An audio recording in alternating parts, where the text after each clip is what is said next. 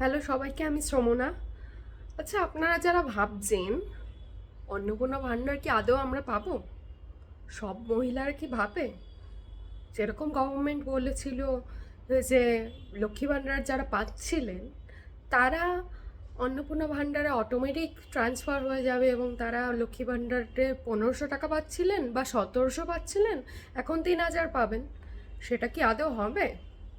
আমি একটা কথা আপনাদের খুব ক্লিয়ারলি বলে দিতে চাই, না, যারা লক্ষ্মী ভাণ্ডারে আগে পাচ্ছিলেন টাকা তারা এমনি নর্মালভাবে ট্রান্সফার হবেন না অন্নপূর্ণা ভাণ্ডারে। এবং সেখানে আপনাকে এই যে 12 পাতা 11 পাতা 13 পাতা যাই ফর্ম সেটা ফিল আপ করতে হবে, কারণ সরকার পুনরায় সব কিছুর ভ্যারিফিকেশন করছেন, সমস্ত ডেটা ভ্যারিফাই হচ্ছে এবং যারা অ্যাকচুয়ালি বেঁচে আছে, যারা অ্যাকচুয়ালি ডিজার্ভিং, যারা অ্যাকচুয়ালি এই প্রকল্পের সুবিধা পাওয়ার জন্য উপযুক্ত, তারাই এই প্রকল্পের সুবিধাটা পাবেন। কিন্তু তার মানে এরকম নয় যে আপনার হয়তো বর বা আপনার হাজব্যান্ড বা আপনার বাবা বা আপনার পরিবারের কোনো সদস্য তারা হয়তো গভর্নমেন্ট জব করে, তারা হয়তো বেসরকারি ভালো জব করে, ঠিক আছে, কিন্তু তাহলে কি আপনি পাবেন না এরকম বা পাবেন এই দুশ্চিন্তা কি আপনার মনে হচ্ছে, আপনার মনে আসছে? একদমই এসব নিয়ে ভাববেন না।